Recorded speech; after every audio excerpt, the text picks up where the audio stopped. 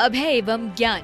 शास्त्रों में वर्णित है ये 4 प्रकार के दान। इनसे होता है प्राणी मात्र का कल्याण। परम पूज्य वात्सल्य मूर्ति जिन धर्म प्रभाविका आर्य का रत्न श्री 105 सृष्टि भूषण माता जी की मंगल प्रेरणा एवं आशीर्वाद से सृष्टि मंगलम सेवा समिति के तत्वावधान में संचालित किए जा रहे हैं अनेक आध्यात्मिक पुण्य के कार्य। साधुओं के आहार विहार औषधि एवं संयम उपकरण पिछी कमंडल शास्त्र आदि की व्यवस्थाएं कई वर्षों से सुचारू रूप से उपलब्ध कराई जा रही हैं।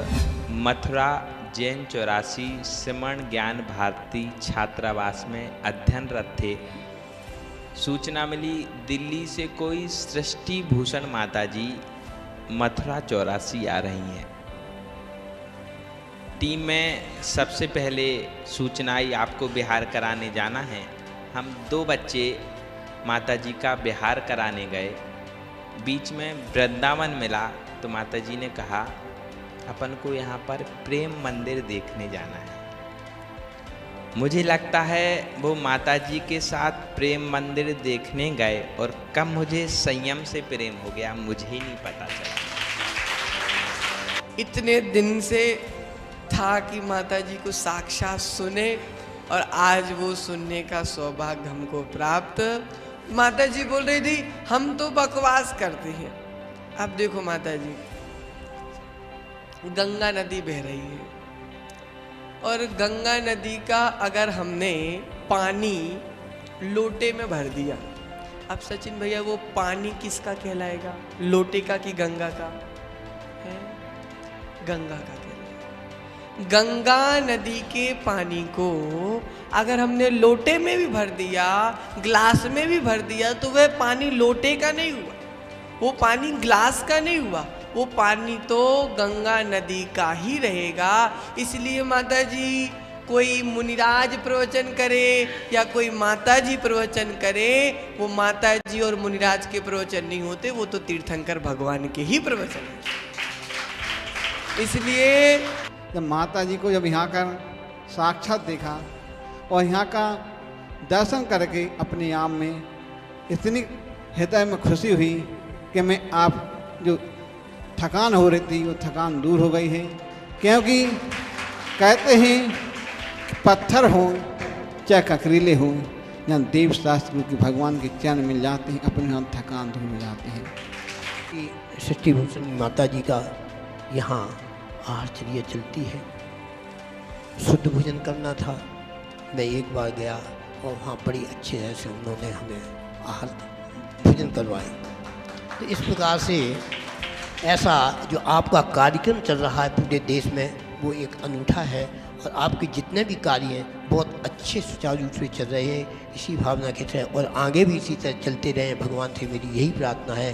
साथ ही सामाजिक सेवा के कार्य जैसे बच्चों की शिक्षा, गरीब परिवारों को आर्थिक सहयोग, रोगियों का उपचार एवं वृद्ध असहाय लोगों को आश्रय दिया जाता है। गौ संरक्षण एवं संवर्धन हेतु भी गौशालाओं के निर्माण एवं विभिन्न स्थानों पर संचालित गौशालाओं को आर्थिक मदद पहुंचाना, चारा आदि की व्यवस्था प्रदान कराना, दुर्घटनाग्रस्त गौवंश का उपचार कराना आदि कार्य भी किए जाते हैं। तो फिर देर न करें, आज ही इन महापुण्य के कार्यों से जुड़कर पुण्य लाभ कमाएं। 1 लाख से अधिक राशि प्रदान कर आप समिति में संरक्षक आदि पद प्राप्त कर सकते हैं। साथ ही अन्य छोटी राशि दान करके भी पुण्यार्जन कर सकते हैं। आप अपनी दान राशि दिए गए निम्नलिखित बैंक खाता में जमा करवा सकते हैं। बैंक विवरण: खाता नाम Srishti Mangalam Seva Samiti, bank Punjab National Bank, account number 021200101777277, IFSC code PONB 0021200, खाता नाम Srishti Mangalam Seva Samiti, bank of Baroda, branch Shri Mahavir ji, account number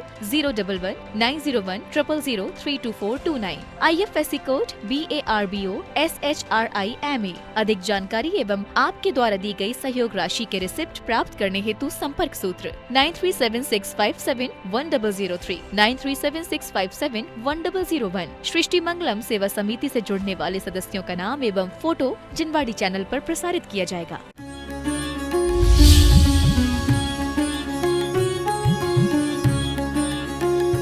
कोई कहे प्रसाद ले लो तो अपन क्या कहते हैं, हम प्रसाद नहीं लेते हैं। हम वो प्रसाद नहीं लेते हैं जो कि लोग सोचते हैं। प्रसाद का मतलब होता है आनंद, बधाई, धन्यवाद। आपके यहाँ बहू आती तो आप कुछ बांटते हो कि नहीं? ये प्रसाद है। आपके यहाँ पोता होता बुलावा करते तो बांटते हो कि नहीं? आप 10 लक्षण व्रत करते हो जी, मैं के बाद कुछ देते हो कि नहीं? ये प्रसाद है। प्रसाद का मतलब है परमात्मा का आशीर्वाद। हमें कुछ मिलना था लेकिन हमने विषाद का मतलब होता है रोने धोने में गवा दी जिंदगी। आप सच बताना, जितनी जिंदगी आपको मिली है उसका कोई उपयोग किया है क्या? हम 50-60 वर्ष जी लिए, क्या उपयोग किया इसका?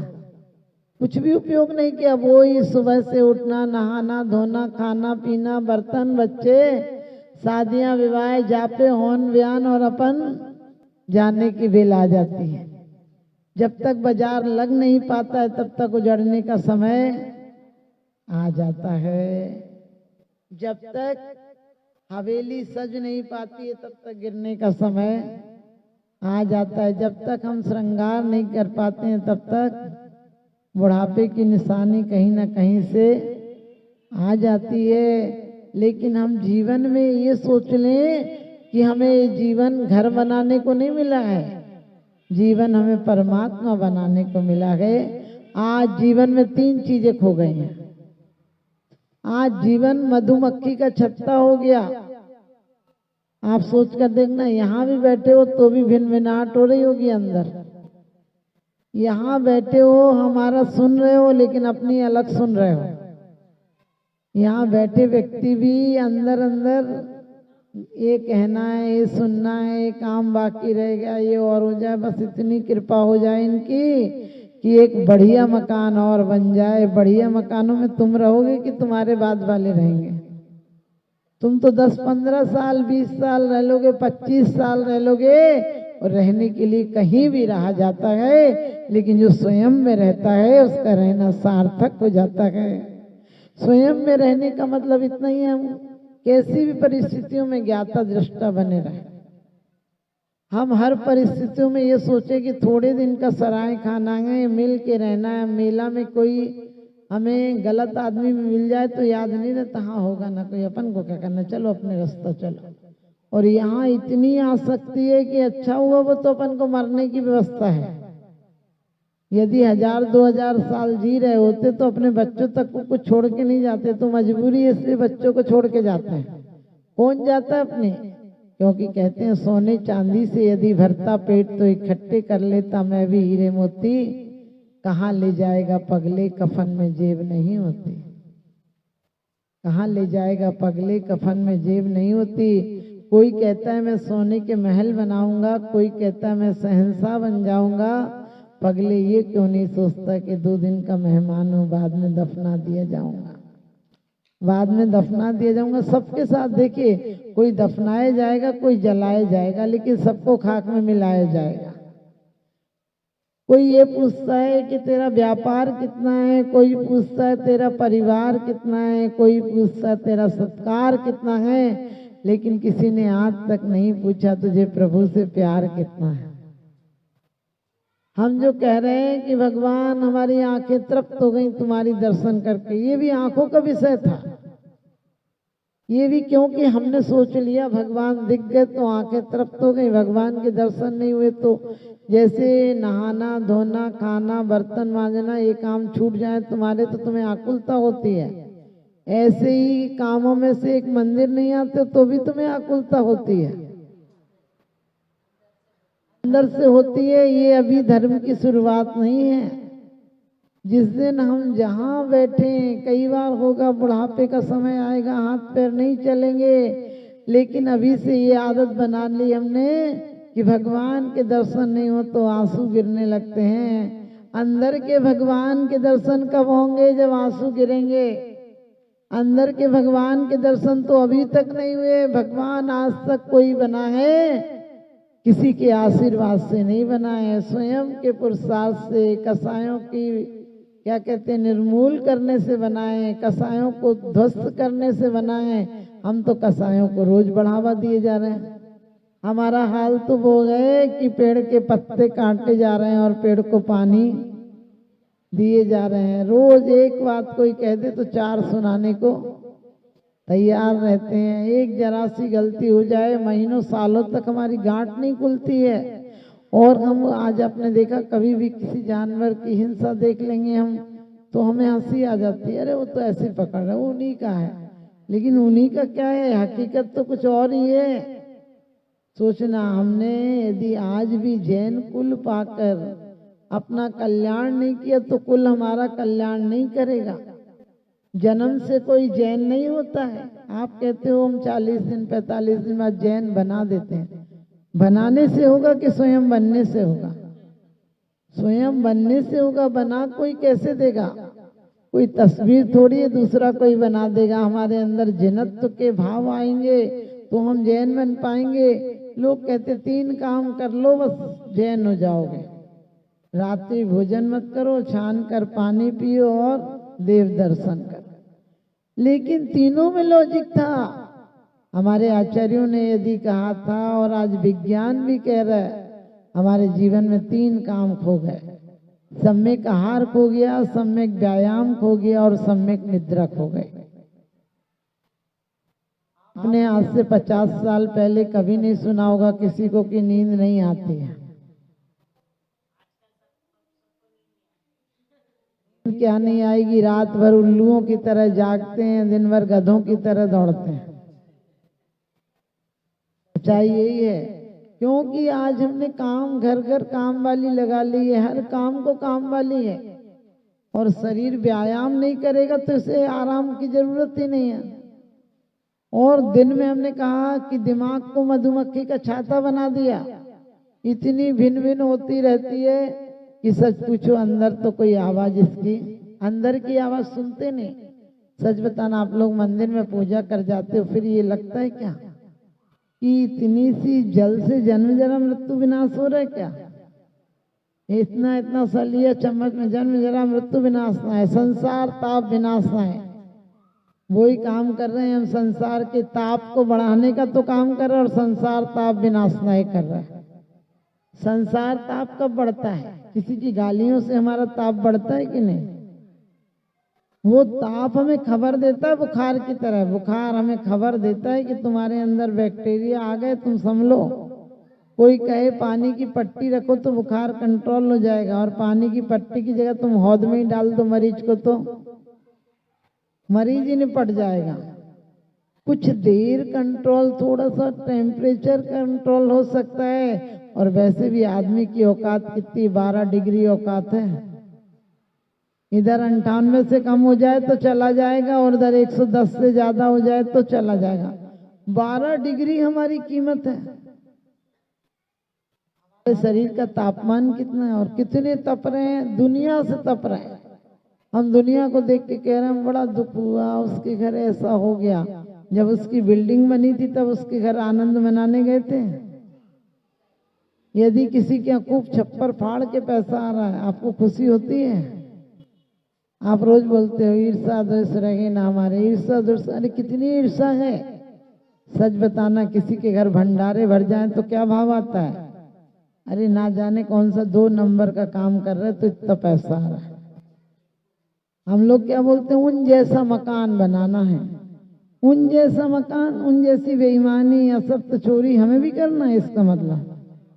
क्योंकि ईमानदारी से तो पेट भी नहीं भरता, मकान कहाँ से भरेगा? सच्चाई ये है, हमारे बुजुर्ग भी इतना छोड़ के चले गए। सच पूछो, मुर्दों का सामान है हमारे पास।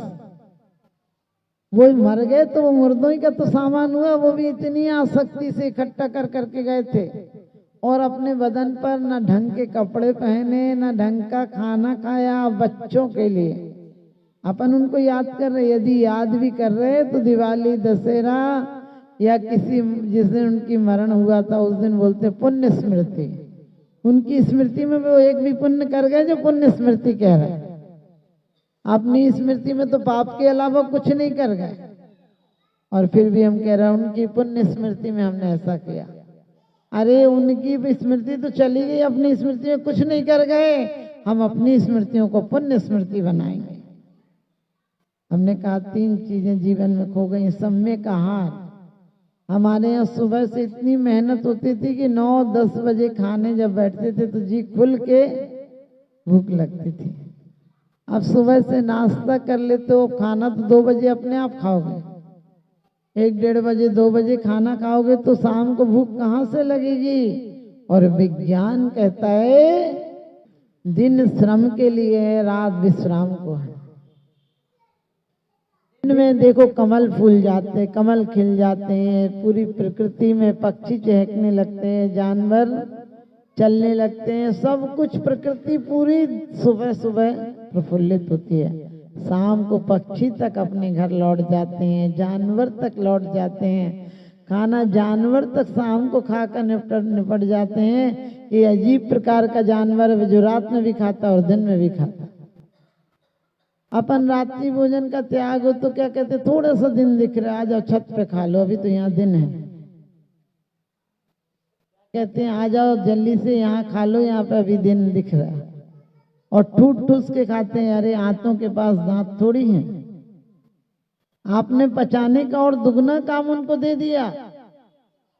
लेकिन कभी विचार किया ये खाना अंदर जाके जहर विकृत कर देगा। ये खाना हमारे मस्तिष्क में, हमारे शरीर में ऊर्जा देता जो ऊर्जा का विनाश कर देगा। ठूस ठूस कर खाया गया खाना, जल्दी में खाया गया खाना, हड़बड़ में खाया गया खाना, ये सब हमारे शरीर को विकृत कर देगा। तो फिर क्या करें, हम शाम को हल्का भोजन करें। सुबह सुबह जब सूर्य उदय के बाद 2 घड़ी के बाद आप भोजन आराम से करो। सुबह पेट भर के भोजन करो, शाम को कम भोजन करो। ये विज्ञान कहता है, वरना मर जाएंगे। आज 70% शक्ति हमारी विनाश में जा रही है। आज हमारे भोजन का कोई उपयोग नहीं हो रहा। जो लोग रात को खाकर सो जाते हैं उनको सुबह देखना ज्यादा प्रशस्त नहीं उठते हैं वो, क्योंकि जो ऊर्जा पेट में जानी थी, जो ऊर्जा पेट की जगह मस्तिष्क में जाना थी, वो सारी ऊर्जा तो पेट में लग गई, खाना पचाने में लग गई। ऊर्जा तो हमारी है ना, एनर्जी हमारे पास है, चाहे उसमें विनाश में लगाओ चाहे विकास में लगाओ। ये हाथ आपका है, चाहे आशीर्वाद दो, हाथ मिलाओ और या 2 चांटे दे के किसी से लड़ाई बढ़ाओ। तो हमारे जीवन की भोजन की ऊर्जा हमें कहाँ लगानी थी, हमने कहाँ लगा दी। आचार्यों ने यदि कहा है आत्महत्या है रात्रि भोजन, वेद पुराण में कहा है, गीता में कहा है कि 4 नरक द्वार में पहला रात्रि भोजन द्वार है। तो हम जैसा रात्रि भोजन द्वार नहीं है कि हमने रात्रि को खाना छोड़ दिया तो हम धर्मात्मा हो गए। हमें रात्रि में खाने का विचार तक नहीं आना चाहिए। लोग कहते हैं दूध फल ले लेते हैं। अरे दूध फल भी क्यों लेना, लेकिन फिर भी किसी का नहीं बनता हो तो इतना त्याग रखो कि कम से कम 9 बजे तक 10 बजे तक, इसके बाद पानी भी नहीं लेंगे। लेकिन सब नियम लेने के पहले एक नियम ले लेना कि यदि आपत्ति आई तो छूट रखेंगे, तो आकुलता नहीं होगी। वरना रोज लगेगा कुछ दिक्कत आ गई तो आए या नहीं आए, दिक्कत की रोज चिंता रहेगी। इसलिए हम कभी नहीं कहते, कभी भी आपने देखा कोई बोलता है उपास कैसे होगा ये, तो लोग कहते हैं निर्जल होगा नहीं तो गल जाएगा। हमने कहा कोई बर्फ का टुकड़ा है जो गल जाएगा।